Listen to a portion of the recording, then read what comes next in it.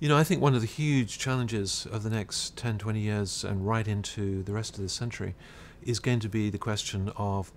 brain control, because we're now beginning to understand the brain much more than we used to be able to, and also our ability to manipulate the brain is much greater. And for example, there are already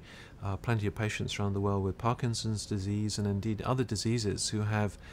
chips planted in their brains in order to try and control what's going on there. Now, of course, once we understand the brain more, we're going to be able to do that more. And it raises questions such as, for example, if you had a paedophile who one wanted to let loose in society but without engaging in paedophilia, would it be justified to have a chip in that person's brain in such a way that once they began to have paedophilic tendencies, that would be picked up by a computer somewhere that would then feed back impulses into their brain to suppress those paedophilic tendencies?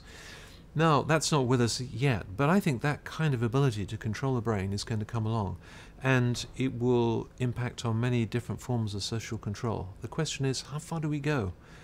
In a sense, the end point is a good end point, but does the end justify the means? And that's going to be the big kind of ethical issue facing us, I think, during these next 10, 20 years.